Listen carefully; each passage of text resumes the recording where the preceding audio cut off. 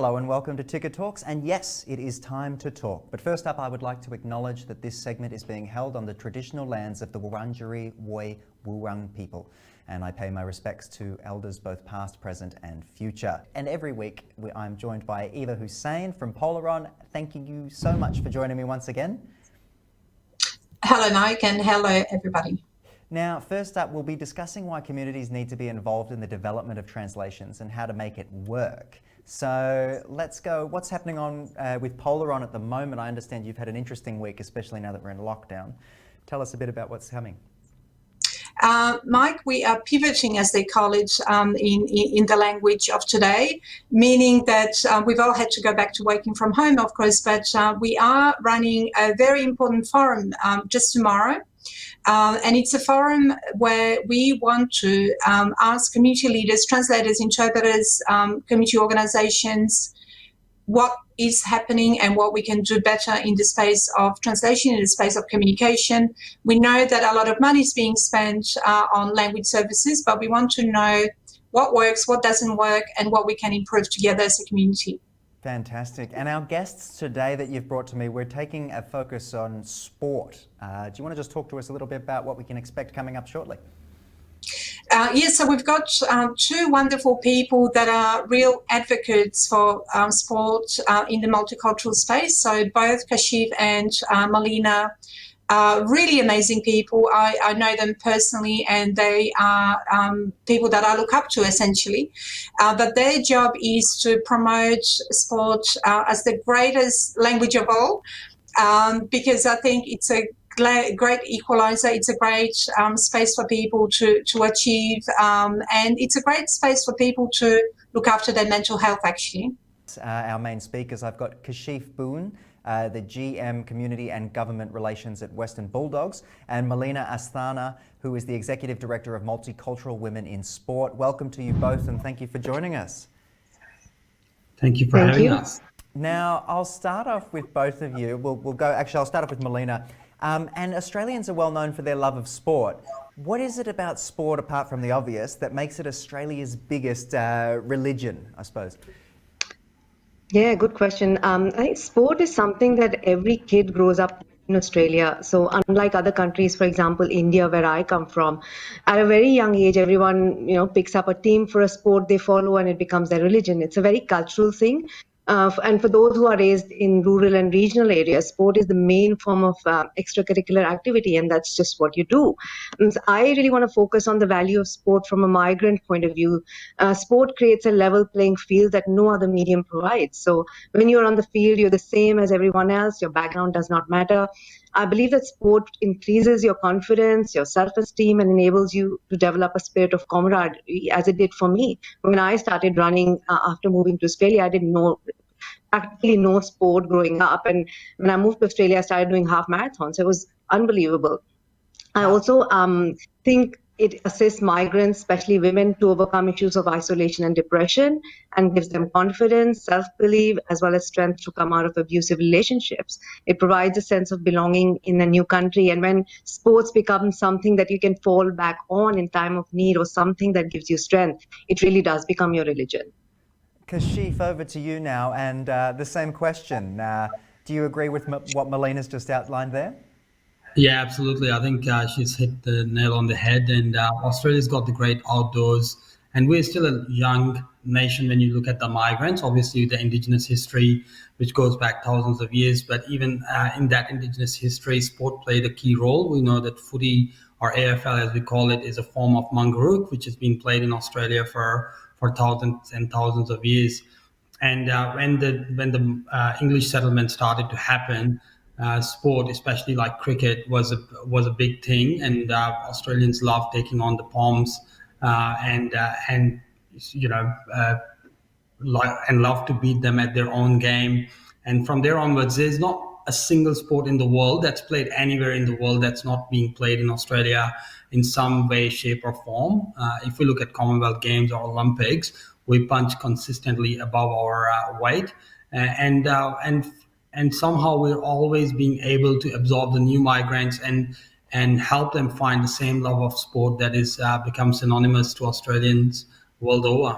I love that. Because you spoke about the diversity of the sports we play, but why does diversity in sport matter when it comes to the players? And why should we make the effort to make sport more inclusive, do you think? Look, I think sport is the great leveler. If you speak with any, I'm talking from a footy point of view. If you talk to the Greek migrants or Italian migrants who came here 2 or 3 decades ago, they talked about sport being the great leveler. And it's not only from a race point of view, it's also from a social status point of view. In Australia, we pride ourselves in being an egalitarian society, and sport is that place where you step on the field and all of a sudden your race, your color, your social status doesn't matter. It's about your contribution on the field. And that's a very Australian thing. And another thing we need to understand is diversity is mainstream in Australia. We've got 50% of people born overseas or have at least one parent born overseas. And if any sport or any sector of society wants to be relevant to all of Australians, then they need to be inclusive and reflect all of our community with all of its diversity. And there's plenty of opportunities there. So Molina, back to you. You mentioned about sport being one of the greatest ways to look after our health, and it continues to play a vital role in the post-COVID world. But how do we counteract the decline in community participation that you guys might have seen and the civic engagement in simple and practical ways? Have you got any insight for us there? Yeah, sure. I think there is a need for active campaigns to be started on the benefit of sport and outdoor activity, particularly post-COVID, whether it's by sporting bodies, clubs, or community groups. And I think community groups become really important in pushing those kind of activities as well. Government funding, particularly to increase participation in recreational sport, might assist. Right now, the focus is on, elite performance and general, organized sport. But if there was more money going into recreational sport, that might assist as well. And some sport may have to change the format of the game to make it less formal, so more ad hoc and flexible for people of all age groups, backgrounds, and walk of life to be able to participate and perhaps make it more fun. I'll talk about women. Women usually find they enjoy sport for the social aspect of it as well, because that helps. In that social interaction would attract more women, especially of diverse backgrounds. I think generally it has become increasingly important after people have gone through long periods of isolation and are craving those social connections. Also, programs like Mum and Bubs also help in increasing participation, by cohorts that would otherwise not participate because of duties at home. For example, the Soccer Mums program is really good, or the bowls program where you can bring your young ones to a game of bowls and play with other women. So these are just some of the ways that you can increase participation and make it fun. Yeah, and I'm talking about the ad hoc nature of making it a little bit more accessible is a great way to do it. Kashif, over to you now. And can you share some examples of your own backyards on how sport helped develop leadership skills maybe, and someone you've worked with perhaps, and share some examples of societal leaps made through the sporting world in multicultural. Molina here is the biggest example sitting right in front of us. She's a qualified lawyer who came to Australia as a migrant and took up running, and look where she is now. She's done so much work in this space. So that's an example right there. And you see examples like that every day. You see example of Basha Hooley, who is from a different club, but what he's been able to do for his community through the power of sport. We know Adam Goods and what he stood for and what he was able to do for the Indigenous communities. And those are examples that we have at the top level, but we see these examples every day. So I call them relatable role models. And these are people that you can see in your own community who have risen through the ranks through the power of sport. Now, it could be something like a new migrant starting playing footy at a local footy club, and then their parents get involved in the canteen and they start getting jobs out of that, and all of a sudden this whole family has found a sense of belonging in a new place. And for me, that is also a great example of leadership. But the one that I really wanted to talk about from a Western Bulldogs point of view, we got a program called Ready, Settle, Go, which is for newly arrived migrants and refugees. And we had this East African woman called Shamsia who participated in those programs. She was around 45 years old, never played any sport in her life, never did any physical activity apart from walking. And she's come here and played footy with us. She really started to enjoy it.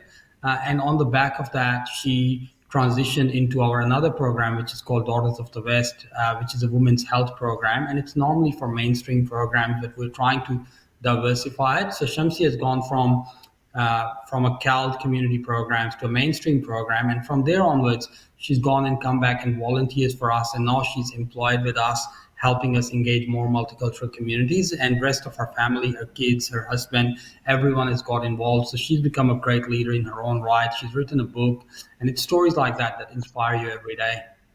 Guys, thank you so much, Kashif and Molina, for coming along and discussing some of the ripple effects that sport can have in our more diverse communities. Thank you so much for your time today.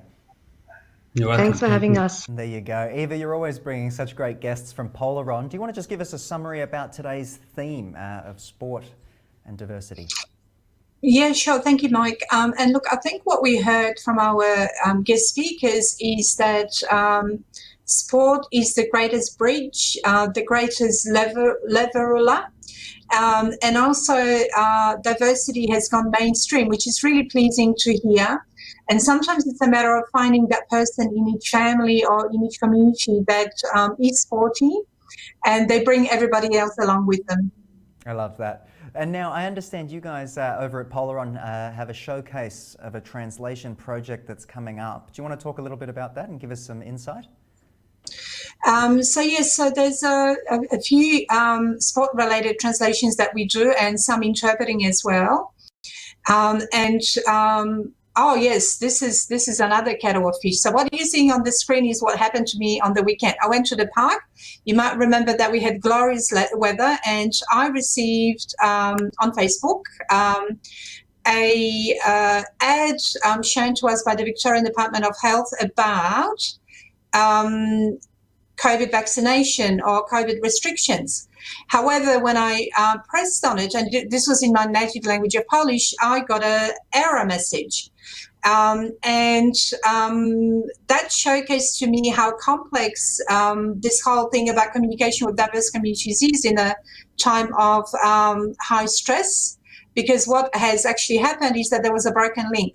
What I was very, very pleased about is that when I contacted the department, within an hour this was fixed. And I just wanted to tell everyone that's watching that the responsiveness of the department was quite amazing.